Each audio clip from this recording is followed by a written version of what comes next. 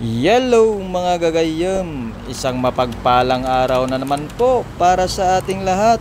Dito sa video na ito, share ko lang itong mga nabili kong masetas along highway habang pauwi kami galing sa mahabang biyahe. Hindi ko na naitanong ang pangalan ng masetas na ito, pero ayon sa isang apps, ang halaman na ito ay may botanical name na Pisidia piscipula. Paki-comment na lang po sa comment section kung ano ba ang tawag sa masetas na ito. Dalawa lang ang binili ko sa halagang 100 at tiktsong kwenta ang isa.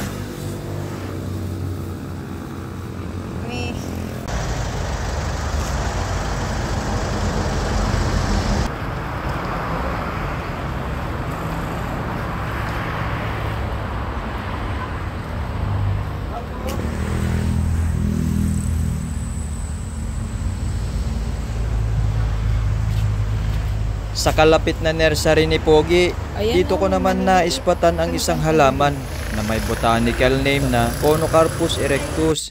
Tinatawag din itong gray mangrove.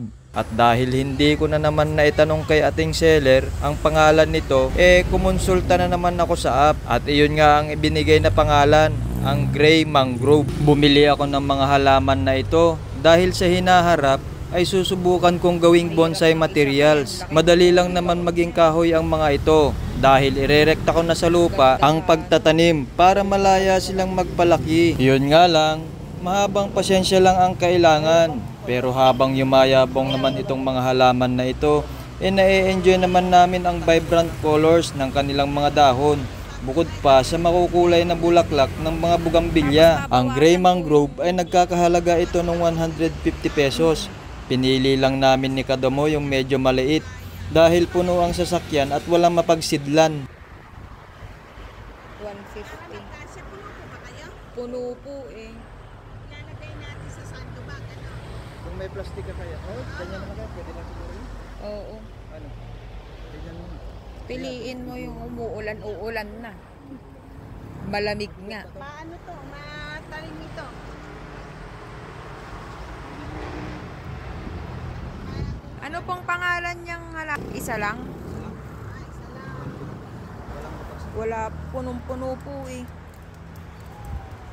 Plastic pa ba? Oo, pero plastic. Bawasan na po natin ng lupa.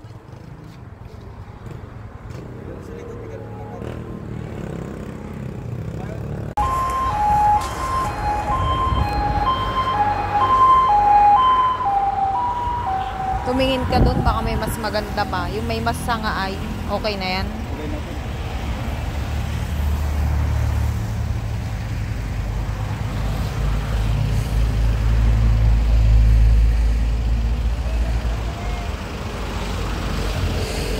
Ngayon na niya gugupitin?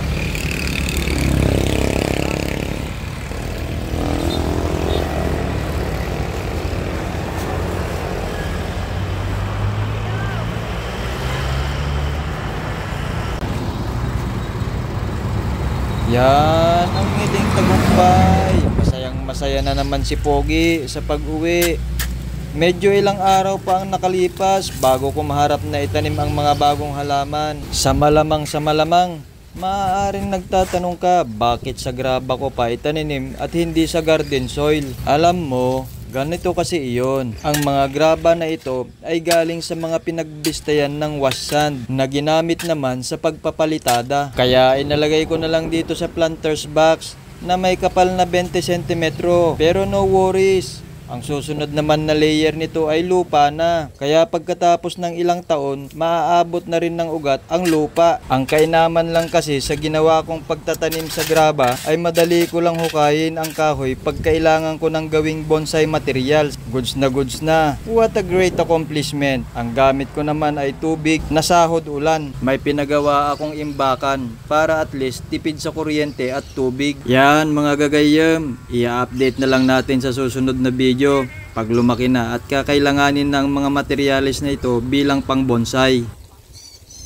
We need to water our plants so they will not die or dry up. Okay, very good. Okay.